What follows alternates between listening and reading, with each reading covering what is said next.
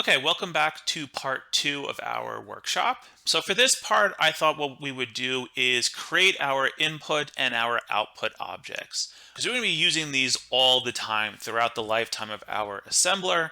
And they're going to be the data structures that will hold a lot of the really important info that we are working with throughout our time actually taking source code and assembling it into binary code that our Intel 8080 Z80 CPU emulator can actually understand. So the first class we're going to write is our input class. So this class represents our input, and we'll say input is a source code file. So to create a new object in D, we just say class, and we can say class input. What things actually need to go into our input class? So if input is going to represent a source code file, well, it'd be really important for us to actually think about what a source code file is, or maybe what would be easiest for us. There's a couple of options that we could pick here, but I think there's one option for us that's going to be better than the others. So one option would be we just read the whole file in as one big long string, and then we worry about it later, right? So we could say string, and I could say, I don't know, code, something like that. But I'm not sure that that's the best approach for us, and that's the best approach for processing assembly. Because if we think about what assembly actually is, unlike D, where you could do something like you could say, let's say write line, and then we can put a new line, and then write our string, and then write another new line to close our string. And everything from the write line to the semicolon gets interpreted as one piece of code. In assembly, the way it works is every line itself is by itself. Every line of code is kind of its own thing that you process. So the new line at the end of the line is actually what terminates our input in assembly, unlike in D where it tends to be that semicolon and you can cross and span lines. So if it's the case that we only need to process a single input line at a time, then for me, I would think for us, it might be better to make our input an array of strings, where each string is its own line of input.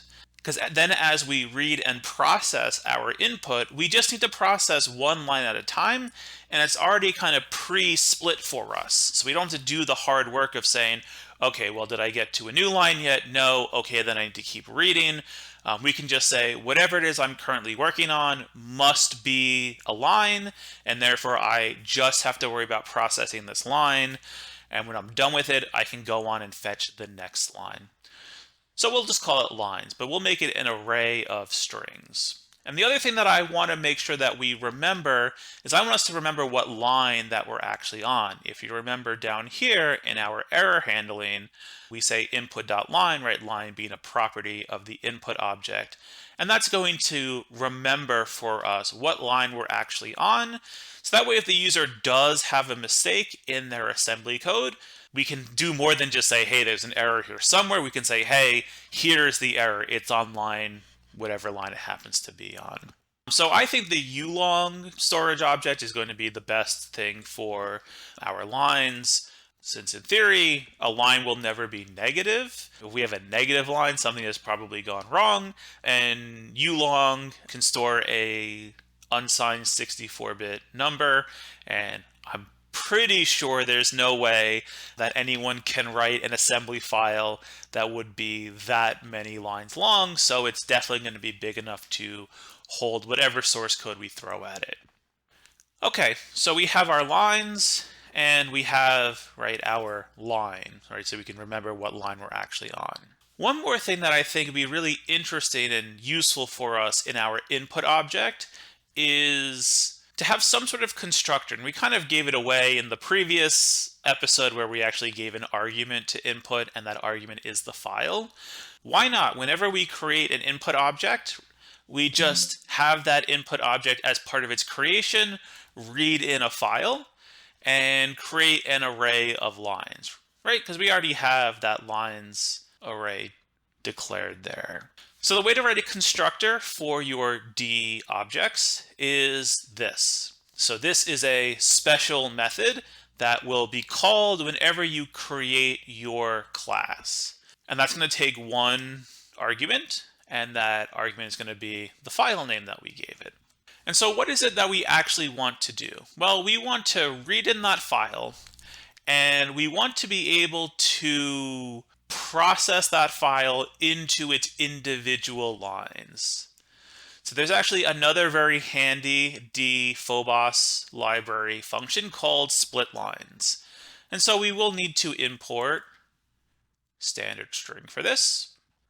And what split lines does is it reads whatever you give it and then splits whatever you gave it into an array of lines according to the Unicode standard using the different new line characters that exist, which is great. That's exactly what we want. So we're simply just going to read in the entire file as one big long string, and then allow split lines to do the work of splitting up the file into the individual assembly lines. And that way we don't have to do any work worrying about where our new lines, did our line end, did it not end. It's already taken care of for us when we built this input object. So that's really easy. We can just say lines equals, and then we can say split lines. And you might be tempted just to say read file, and read is the function that we would use to read in a file. I know ahead of time it'll actually give us a complaint. It will ask us to cast that into, in this case, a string.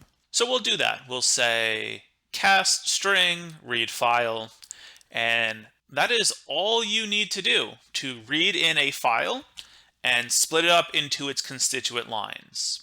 Virtually no work, which I think is great.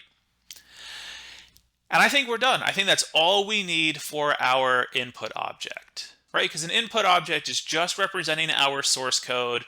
It's just an array of lines, a variable to remember what line number we're on, and a constructor so that when we build our input object, we can feed it our input assembly file and get back our handy array of lines. All right, next thing I want to do is build our output object. And it seems like I got a message on my phone, but we'll just keep moving on. So we'll say output is a symbol table and a final executable. And if you're not sure what a symbol table is, don't worry, we will talk about it quite soon. So I am going to start by saying, okay, so what things do we need in our output? So our output is going to store whatever our binary code is going to look like at that given point in time. There really is not much of a reason for us to print out our final executable one line at a time. Let's save it all in memory, and then when we're done, we can spit it all out at the very end. And that way there may not be any like half assembled file sitting around someone's file system if they wrote an incomplete or incorrect assembly file. All right, so what is an executable, or what is a binary file? Well, I think it's just an array of bytes, right? Because fundamentally, that is all that all of these programs are that we're running. They're just an array of bytes, and I'm going to make them an unsigned byte array, right? That way, just a byte from 0 to 255, just some sequence of bytes from 0 to 255 is going to write a valid executable. What else do we need? Well, one thing that we need that we might have remembered from our first episode is that we need a file name, right? Because we actually do write a file name here. So we are going to need a file property of some sort. So we'll go ahead and add that too. We will say string file, right? Because a file name is just a string. And for now, that might be the only things that we need. But one more thing that I'm going to want to write for right now, just because I know we're going to need it at some point, so we might as well just take care of it now, is we need some sort of function to actually write out the output at the end. So I'm going to make a method called write, and there's actually a couple of different writes that you have available to you. So there's one in standard file, there's one in standard IO, but we want to make sure we want to use the one from standard.file. So you can actually write import statements directly in your functions. So I can just say import standard file, and I can say from standard file, I only need here the write function. I don't need anything other than that. And now when I say write and give it its arguments, then it will know to use the write from standard.file, which I think is actually pretty neat. One thing that we will need up here as well, since we have a read, we will also need a standard.file up here. And that's it for now. That is going to take care for now of our two main objects. So I'm going to go ahead and save our work. I'm going to go ahead and commit our work, create input and output classes. And we'll call it here, and I'll join you back in the next episode.